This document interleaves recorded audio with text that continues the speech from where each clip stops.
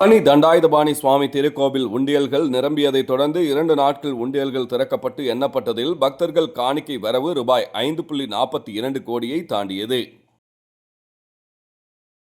திண்டுக்கல் மாவட்டம் பழனி தண்டாயுதபாணி சுவாமி திருக்கோவிலுக்கு நாள்தோறும் பல்லாயிரக்கணக்கான பக்தர்கள் வருகை தந்த வண்ணம் உள்ளனர்.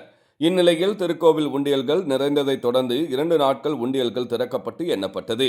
இதில் பக்தர்கள் காணிக்கையாக ரூபாய் 5,42,62,82,088 ரூபாய் கிடைத்துள்ளது.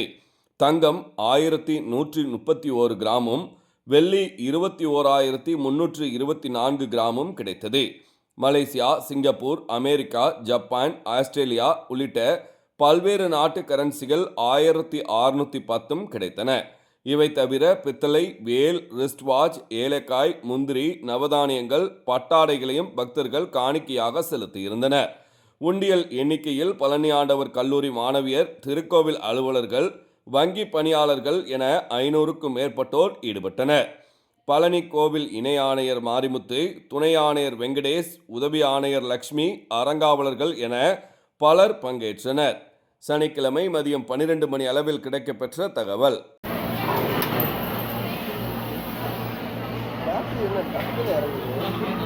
வீடியோ தான் ஃபைலாக இருக்குது.